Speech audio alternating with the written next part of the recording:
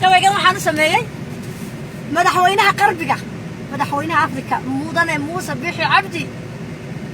alla ninkii boqol lagala baxay Muuse Biixi dhaha bareerow geesi hadalkaagu waabaya bulshadii u jeclaana dhigiisi buu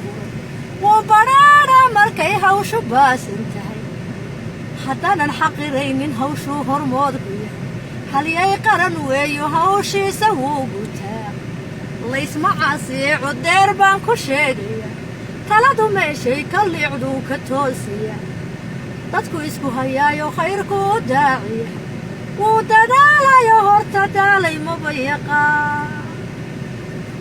hali cidnaba kuma haleeyo qarankuu hormoodu yahay hawlna qaybiyo intaa hiifitaana may inuu uu hawan yahay inuu qaranku horumaryo dantiisii ilowyo qarankuu daalaya Somaliland inuu tayeeyuu ku tamaya mashaariicdii beeruhu malamallaynaya biyaha badda galaya Muuse ka baydhin biyo xidheen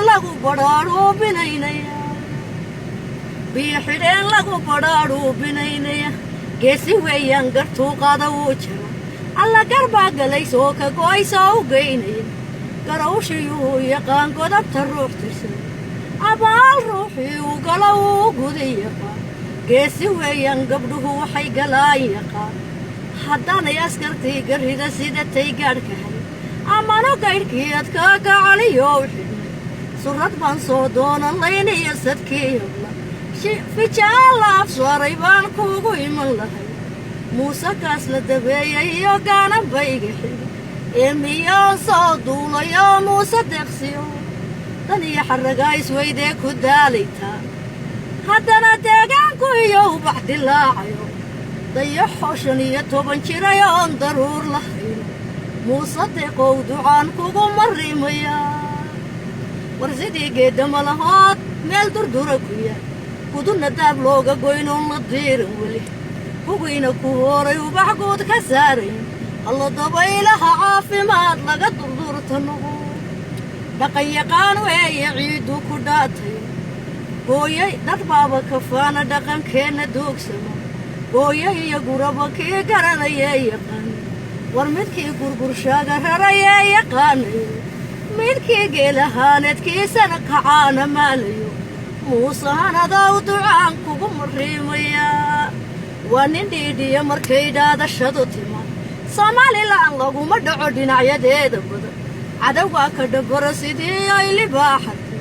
alla dhankanka dayaba dhaliil baan ka waayay dhankayga xigtaanay dhaxantii ka soo dhacay